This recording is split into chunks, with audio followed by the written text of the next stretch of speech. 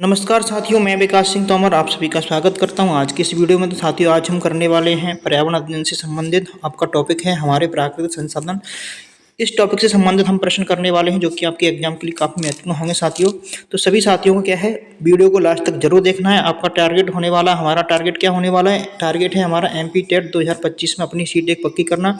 यदि आप हमारे चैनल पर नए हैं, चैनल को सब्सक्राइब करके बेल आइकन को जरूर दबाना। ठीक है, पीडीएफ के लिए आप हमारे टेलीग्राम चैनल पर ज्वाइन कर सकते हो। ठीक है, यहाँ पर आपको क्या है, क्लास की पीडीएफ के साथ साथ में अन्य क्विज भी मिल जाती है, तो उससे आप क्या है अपनी तैयारी को और भी बेहतर कर सकते हो। पहला प्रश्न आप सभी के सामने है, सभी साथियों को उत्तर करना है। प्रश्न सभी शानदार होने वाले हैं साथियों, तो लास्ट तक सेशन को जरूर देखना। ठीक है, डैश एक महत्वपूर्ण प्राकृतिक संसाधन है जिस पर मानव जीवन, वन्य जीवन, प्राकृतिक वनस्पतिक आर्थिक क्रियाएं होती हैं। पूछा है जिसके ऊपर क्या होती है, मानव जीवन है, वन्य जीवन है, प्राकृतिक वनस्पतिक क्रियाएं होती हैं। तो किससे संबंधित हो जाएगा आपका, मृदा संसाधन से संबंधित हो जाएगा, वन संसाधन से संबंधित होगा, जल संसाधन से होगा या भूमि संसाधन होगा। ठीक है, पूछा है कि मानव जीवन की क्रियाएं कहाँ पर होती हैं साथियों, आप बताइएगा। मानव जीवन की क्रियाएं आपकी कहाँ पर होती हैं, तो मानव जीवन की जितनी भी सारी क्रियाएं आपकी कहाँ पर होती हैं, तो भूमि संसाधन के ऊपर होती हैं। ठीक, किसके ऊपर होती हैं, हम भूमि के ऊपर सारी क्रियाएं करते हैं। ठीक है, जिसके अंतर्गत आपके वन्य जीव है। ठीक है, वन्य जीवन भी है। ठीक है, प्राकृतिक जितने भी प्राकृतिक संसाधन है आपके कहाँ पर मिलते हैं, आपको देखने को मिलेंगे भूमि के ऊपर मिलेंगे। ठीक है, तो आपका जो राइट आंसर हो जाएगा, तो डी ऑप्शन एकदम से करेक्ट आंसर हो जाएगा। ठीक है, आगे चलते हैं नेक्स्ट प्रश्न की तरफ। प्रश्न सभी साथियों काफ़ी शानदार है, तो लास्ट तक जरूर देखना है। भारत का प्रमुख पेट्रोलियम क्षेत्र कौन सा है। पूछा है भारत का जो प्रमुख पेट्रोलियम क्षेत्र कौन सा है। दक्कन का पठार है, बॉम्बे हाई है, ओमकारेश्वर है, छोटा नागपुर का पठार है। ठीक है, बताइएगा भारत का प्रमुख पेट्रोलियम क्षेत्र कौन सा है, तो आपका ये हो जाएगा बॉम्बे हाई। ठीक है, यदि आपसे प्रश्न पूछा जाता है, एक प्रश्न और पूछा जाता है कि भारत में प्रथम तेल का कुआं कहाँ पर खोदा गया था। ठीक है, तो मैं बता देता हूँ, प्रथम तेल का कुआं आपका कहाँ पर खोदा गया था, भारत में। ठीक है, जब हम बात करते हैं किसकी, भारत की, तो भारत की बात करेंगे तो भारत में तेल का कुआं कहाँ पर खोदा गया था आपका, तो असम में खोदा गया था। ठीक है, याद रखेंगे, असम में प्रथम तेल का कुआं खोदा गया था। ठीक है, प्रथम। ठीक है, भारत की जब बात करते हैं असम में खोदा गया था, याद रखना कहाँ पर खोदा गया, तो असम में भी आपको याद रखना डिगबोई। ठीक है, डिगबोई में आपका पहला तेल का कुआं खोदा गया। तो सन पूछेगा आपसे, तो सन को भी आपको याद रखना है। तो सन में बता देता हूँ आपको 1866 में। ठीक है, 1866 में खोदा गया था। कहाँ पर खोदा गया था, डिगबोई में खोदा गया था। डिगबोई में यानी असम में खोदा गया। ठीक है, प्रथम तेल का कुआं। ठीक है, भारत में। यदि यही प्रश्न आपसे पूछ लिया जाए विश्व में कब खोदा गया, ठीक है, विश्व में पहला तेल का कुआं कहाँ पर खोदा गया। ठीक है, तो विश्व की जब बात करता है तो आप क्या आंसर लगाओगे। ठीक है, तो विश्व की जब बात करते हैं तो विश्व में आपका हो जाएगा, कहाँ पर हो जाएगा, विश्व में हो जाएगा अमेरिका। ठीक है, याद रखेंगे अमेरिका में। तो अमेरिका में भी कहाँ पर, तो अमेरिका में आपका हो जाएगा ये पेंसिल्वेनिया में। ठीक है, आपको याद रखना है। ठीक है, इसको भी आपको क्या रखना है, याद अच्छे से रखना है। ठीक है,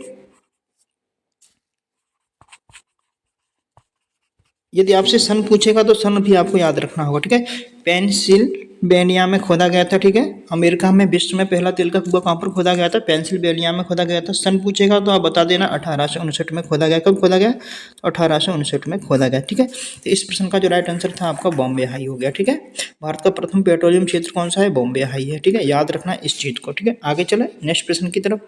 ये रहा आप सभी के सामने, बताइएगा भारत में लगभग कितने प्रतिशत भूमि कृषि योग्य भूमि के अंतर्गत आती है। ठीक है, पूछा है भारत में जो भूमि है कितने प्रतिशत भूमि है जो कृषि के योग्य है। ठीक है, पूछा है कृषि योग्य, तो कृषि योग्य भूमि कितनी है आपकी, 45% है, 57 है, 50% है या 60% है। तो हमने एक वैसे तो कृषि वाले टॉपिक में ये प्रश्न किया था, लेकिन इस टॉपिक में भी आपको देखने को मिला है, तो हम करेंगे। ठीक है, तो कितने परसेंटेज है आपकी भूमि है जो कृषि योग्य है। क्वेश्चन नंबर तीसरे का जो है राइट आंसर क्या होगा, जल्दी से बताइएगा। ठीक है, तो इसका जो राइट आंसर है आपका 57% हो जाएगा। ठीक है, बी ऑप्शन एकदम से राइट आंसर हो जाएगा, यानी 57% जो भूमि है आपकी, कितने कितने परसेंट, 57% भूमि है कृषि योग्य। ठीक है, यानी बी ऑप्शन एकदम से आपका राइट आंसर हो जाएगा। ठीक है, आगे चले नेक्स्ट प्रश्न की तरफ। यह रहा आप सभी के सामने, बताइएगा इसका प्रश्न। इस प्रश्न का उत्तर क्या होगा, कोयले का सबसे शुद्ध रूप कौन सा है। अच्छा प्रश्न है, काफ़ी अच्छा प्रश्न है साथियों, ये प्रश्न पूछा ही जाता है। ठीक है, तो कोयले का सबसे अच्छा यानी सबसे शुद्ध रूप पूछा है। ठीक है, सबसे अच्छा शुद्ध रूप कौन सा है, एंथ्रासाइट है। ठीक है, विटामिन्स है, लिग्नाइट है, पीट है। तो बताओ कौन सा है सबसे अच्छा है, तो सबसे अच्छा आपका कौन सा होता है, जल्दी से बताइएगा। तो एंथ्रासाइट है ना, जो एंथ्रासाइट आपका जो कोयला है, जिसका है सबसे शुद्ध कोयला है, ठीक है। तो सबसे शुद्ध कोयला माना है। कोयले कितने प्रकार के होते हैं साथियों, कोयला, ठीक है। कोयला कितने प्रकार का होता है, तो कोयला आपका 4 प्रकार का होता है, ठीक है। याद रखेंगे 4 प्रकार का। कौन कौन सा होता है, पीट कोयला, लिग्नाइट, बिटमिन्स, एंथ्रासाइट, ठीक है। 4 आपके होते हैं, पीट, लिग्नाइट, बिटमिन्स और एंथ्रासाइट, ठीक है। ये 4 प्रकार का आपका कोयला होता है, इनको आपको याद रखना, ठीक है। सबसे अच्छा कोयला कौन सा होता है, तो एंथ्रासाइट होता है, ठीक है। आगे चलें नेक्स्ट प्रश्न की तरफ। ये रहा आप सभी के सामने, बताइएगा।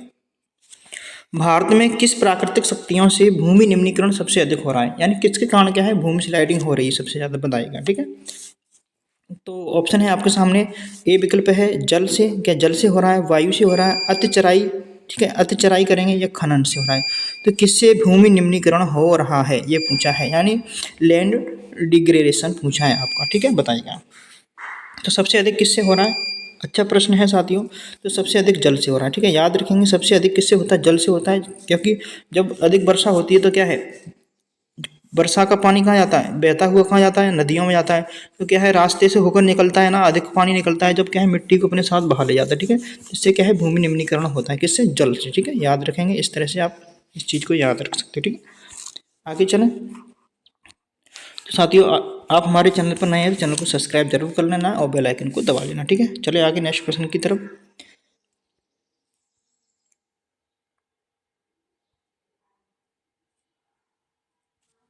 बताएगा, भारत में कुल भौगोलिक क्षेत्र का कितने प्रतिशत वन है, पूछा है। भारत में कुल भौगोलिक क्षेत्र का कितने परसेंटेज आपका वन है, ठीक है। पूछा है वन कितने परसेंटेज है, ठीक है। तो आपका कितना है, 19.27 है, 18% है, 24.62 है, 20% है। महत्वपूर्ण प्रश्न है साथियों एग्जाम के लिए, ठीक है। तो बताना भारत में कुल भौगोलिक क्षेत्रफल कितने परसेंटेज वन है, पूछा है वन, यानी सी ऑप्शन आपका राइट आंसर हो जाएगा, ठीक है। 24.62% आपका क्या है, वन है, ठीक है। याद रखेंगे वन कितने परसेंट हैं, 24। तो इस इन वनों को हम, जो भारत सरकार है, कितने परसेंटेज करने का लक्ष्य रखा है, तो इन्होंने लक्ष्य रखा है कि 33% वन होना चाहिए, ठीक है। कितने परसेंटेज वन होने चाहिए, 33% होने चाहिए, ये उन्होंने लक्ष्य रखा है कि 33% वन होने चाहिए। लेकिन अभी कितने हैं वर्तमान में, 24.62% आपके वन हैं, ठीक है। याद रखेंगे, ठीक है। आगे चलें, बताइएगा क्या होगा इसका। प्राकृतिक गैस में मुख्यतः कौन सी गैस पाई जाती है, प्राकृतिक गैसों में मुख्यतः कौन सी गैस पाई जाती है, ठीक है। प्राकृतिक गैसों में पूछा है मुख्यतः कौन सी गैस पाई जाती है, ओजोन है क्या, कार्बन डाइऑक्साइड है, मीथेन है, सल्फर है। तो कौन सी गैस है जो प्राकृतिक गैसों में पाई जाती है, ठीक है। ओजोन, ओजोन आपकी द्वितीय गैस है, ठीक है। याद रखेंगे कार्बन डाइऑक्साइड, मीथेन, सल्फर, इनमें से बताना है कौन सा आपका राइट आंसर होगा। तो आपकी जो मीथेन है ना साथियों, मीथेन है ना, मीथेन मुख्यतः प्राकृतिक गैस है, ठीक है। याद रखेंगे ऑप्शन सी एकदम से आपका राइट आंसर हो जाएगा, ठीक है। आगे चले नेक्स्ट प्रश्न की तरफ। बताइए इस प्रश्न का राइट आंसर क्या होगा। मृदा निर्माण का प्रमुख कारण कौन सा है, पूछा है मृदा का निर्माण हम कैसे करते हैं, इसका जो प्रमुख कारण है कौन सा हो जाएगा, बताइएगा। अच्छा प्रश्न है। तो उच्चावच, हाई अल्टीट्यूड, सस्तर सेल, यानी सीट रॉक, जलवायु, क्लाइमेट, ये सभी, ऑल ऑफ द दीज, ठीक है। तो बताना है मृदा निर्माण का प्रमुख कारण कौन सा है। तो मृदा का निर्माण हम कैसे करते हैं, देखो इन सभी से मृदा का निर्माण होता है, यानी ऑप्शन डी आपका एकदम से राइट आंसर हो जाएगा, ठीक है। हाई एल्टीट्यूड, सीट रॉक और क्लाइमेट, आपका ये सारी चीज़ें क्या है मृदा के निर्माण में सहयोग करती हैं, ठीक है। तो उपरोक्त तो सभी हो जाएगा, इन सभी को आपको अच्छे से ध्यान रखना होगा, ठीक है साथियों। आगे चलें नेक्स्ट प्रश्न की तरफ। प्रश्न साथ ही काफ़ी महत्वपूर्ण है एग्जाम के लिए, वीडियो को लाइक जरूर कर देना है, ठीक है साथियों। निम्नलिखित में से कौन सा गैर परंपरागत ऊर्जा स्रोत के अंतर्गत नहीं आता, पूछा है ऊर्जा का गैर परंपरागत स्रोत के अंतर्गत नहीं आता, ठीक है। कभी कभी क्या है हम नहीं पर विशेष ध्यान नहीं दे पाते, तो नहीं पर हमें क्या है ध्यान देना चाहिए, ठीक है। नहीं पूछा है तो नहीं बताइएगा, ठीक है। नहीं आता, पेट्रोलियम नहीं आता, पवन ऊर्जा, जल विद्युत ऊर्जा, सौर ऊर्जा, कौन सा है जो गैर परंपरागत ऊर्जा के अंतर्गत नहीं आता, ठीक है। तो ऊर्जा के स्रोत आपको पता ही होंगे कौन कौन से होते हैं, परंपरागत और गैर परंपरागत, ठीक है।